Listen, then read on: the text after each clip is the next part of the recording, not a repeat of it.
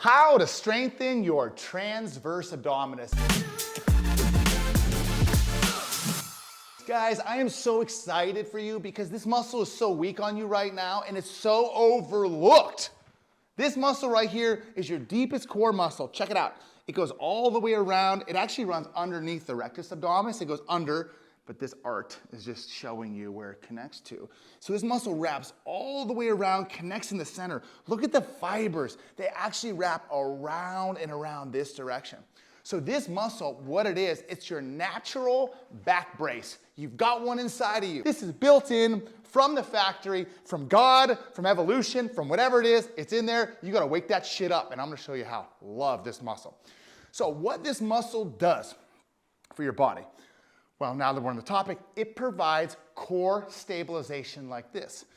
It compresses the midsection. When it squeezes, it compresses in and creates pressure this way, which what that does is it decompresses your spine. Crazy. If you do it right, it does this. So when this muscle squeezes inward, it squeezes all of your guts and your organs and tightens this up, and it actually decompresses your spine. So this is your teeter inversion table built in, your back brace built in. This muscle also is an expiratory muscle, meaning that you've got a tidal volume. A normal breath that you take is in, out. There's the reserve volume of air that's left after you breathe out, and this muscle, it expires the reserve volume. So as Ty breathes in and pushes air out, pushes out, pushes out. This muscle is tightening and tightening, pushing the diaphragm up and kicking the air out of the lungs. This muscle also stabilizes your pelvic floor. That's the set of muscles around your butthole, around that sphincter included in the pelvic floor muscles. Pelvic floor issues, we'll get into some signs and symptoms that you might have a weak transverse abdominis, but pelvic floor stabilization. Before we get into the exercises to strengthen your transverse abdominis, you need to know what pressurization is. You need to know this. This is what you need, okay? If you focus on one muscle, you're lost. You need to know that this transverse abdominis right here, it acts with the diaphragm, which is the muscle on the top. It acts with the pelvic floor. Those three muscles must be worked together. They must be synchronized together for you to strengthen your transverse abdominis. But as a result, you're going to strengthen your diaphragm and your pelvic floor, and you're going to create more mobility in your pelvic floor and your diaphragm. They are designed to be synchronized together. So get your mind off of the one muscle, and you need to focus on the pressurization. And here's what that means.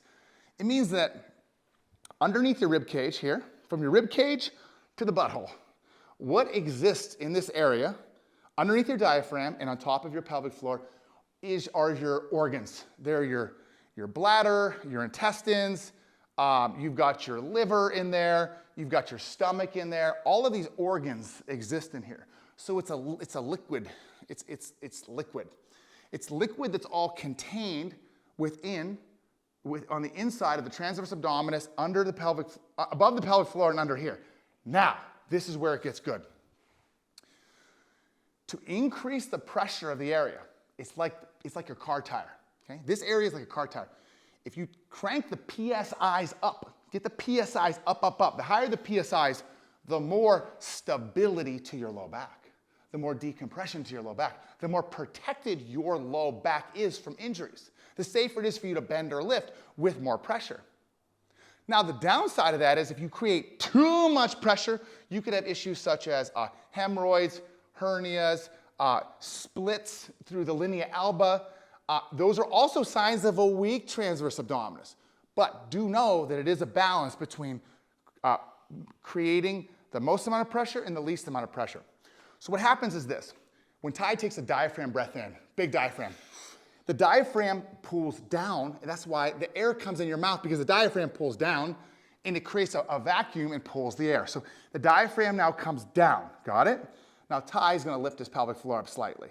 You can't see it, but he just lifted the butthole up a little bit. Okay, lifted the balls up a little bit. Women, pull the tampon up a little bit. These are little cues. And to be able to hold that endurance, so now he lifted that up. Okay, diaphragm down, pelvic floor up. Now, the magic move out of all of them is going to be that transverse abdominis contraction.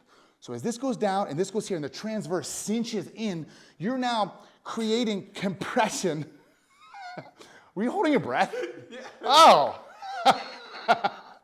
You're now creating, sorry for the cue, Ty. He's a professional, he knows better.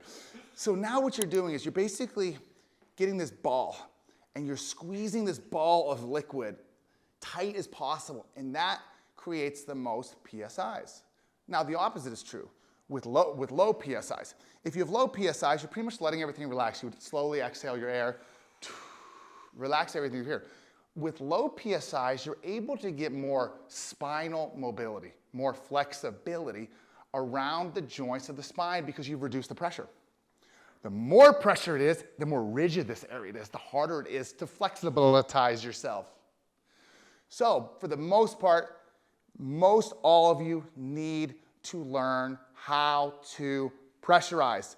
And right now, we're gonna get into those three, you're really gonna learn one skill, it's pressurization, but there's 3 individual exercises that equal pressurization. Oh, but first, how to know if your transverse abdominis is weak? Easy.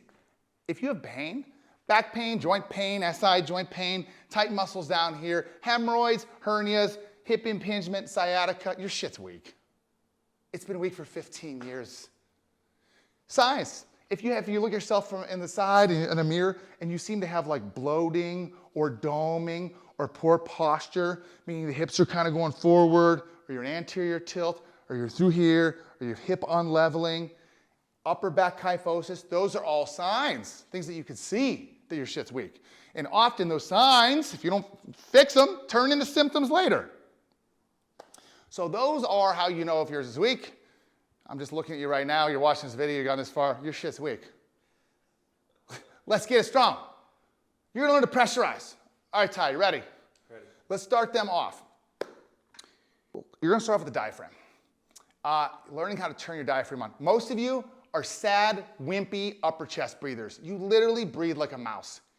You're breathing from your chest, upper chest, they're even breathing sadder than that, Ty. And what this is doing is upper chest breathers, you're also gonna get issues such as neck pain because the muscles up here, the upper chest, those muscles contract to lift your lungs up. And so if you're getting a lot of tightness and pain up here, you're probably an upper chest breather. Also signs of upper chest breathing, low energy. Think about it, you're only filling your gas tank up quarter tank. You're just like, it's never filling up.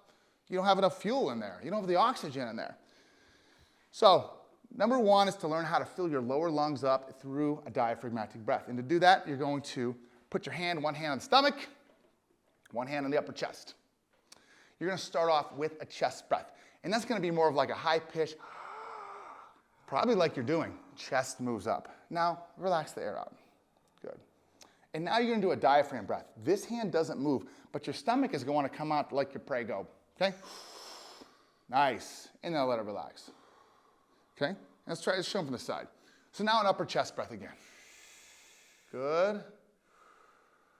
Good. And now diaphragm breath. Watch yourself in a mirror. I see almost all of you think you're doing, but you have to look at yourself in a mirror.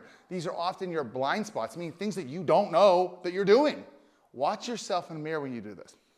And there's a couple other variations that can help you as well that we'll get into. So, next to do is going to be to get the full exhalation. And what that means is this, is you want to maintain your posture. Now, you want to take that diaphragm breath in maximally. Good. Now, what you're going to do is you're going to keep your posture upright, but force all of the air out of your lungs with an audible noise.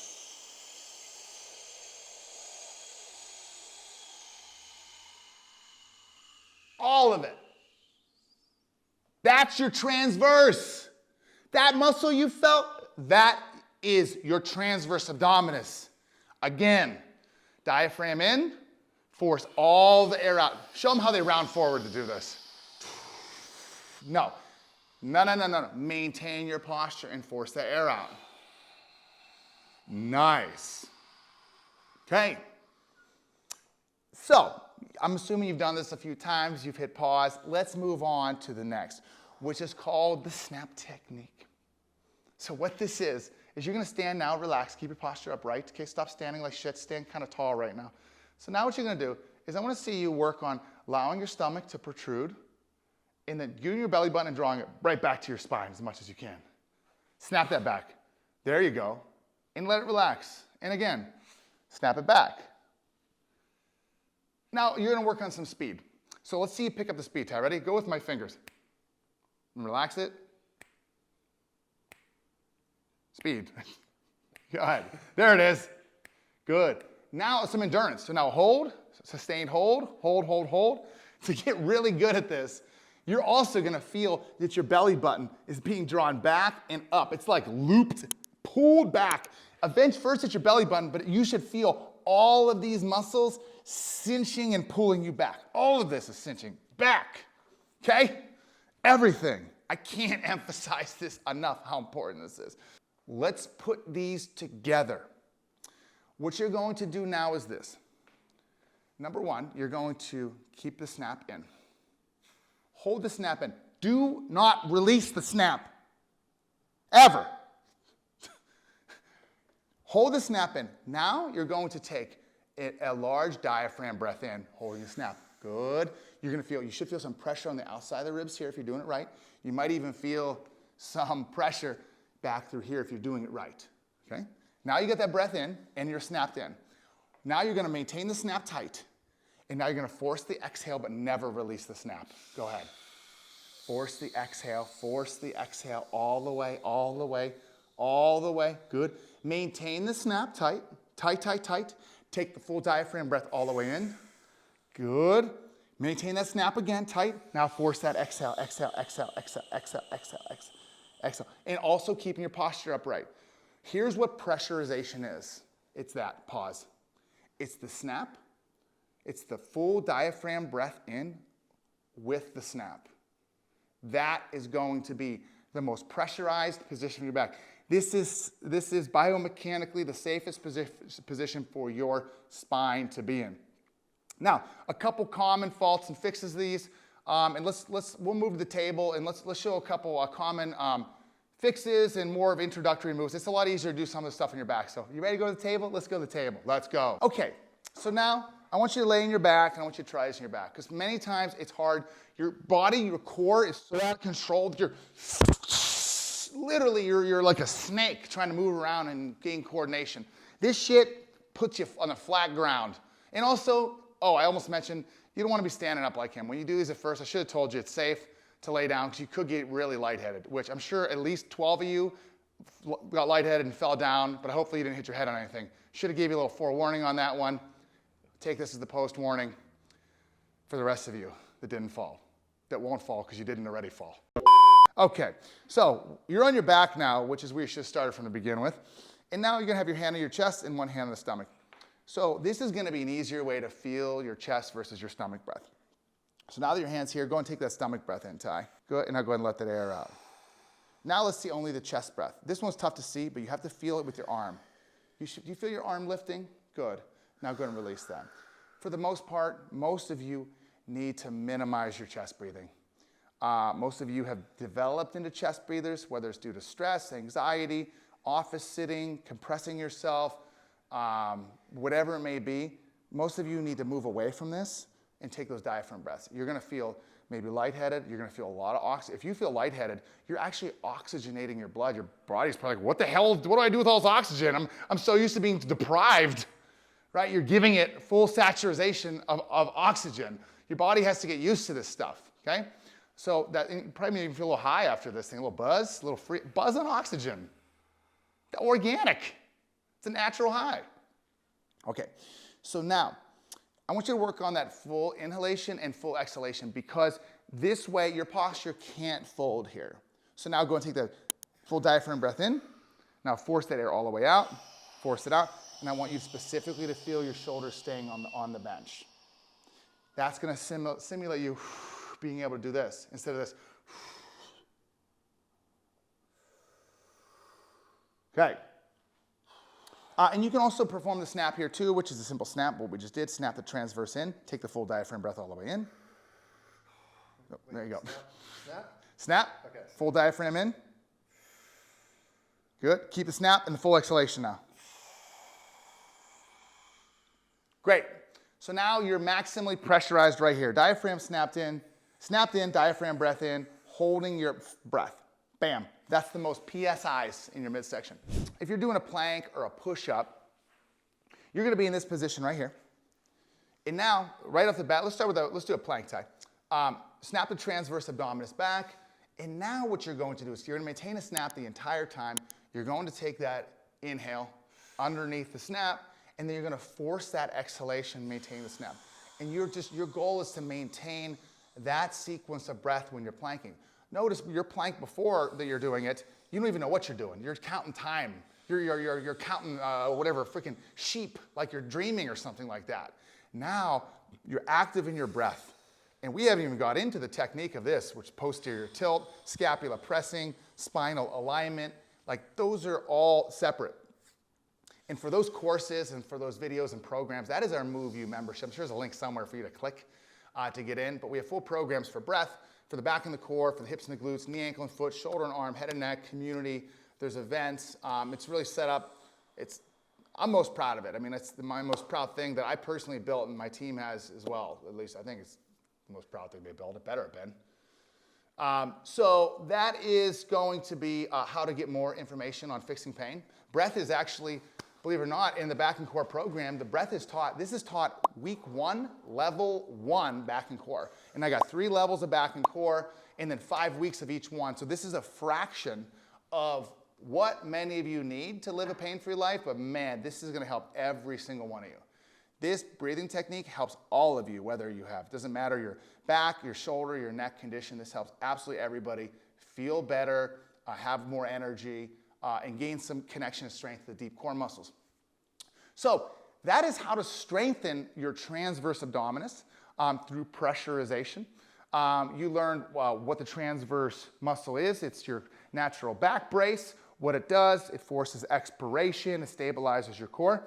You also now know common signs that it's weak with pain and posture issues.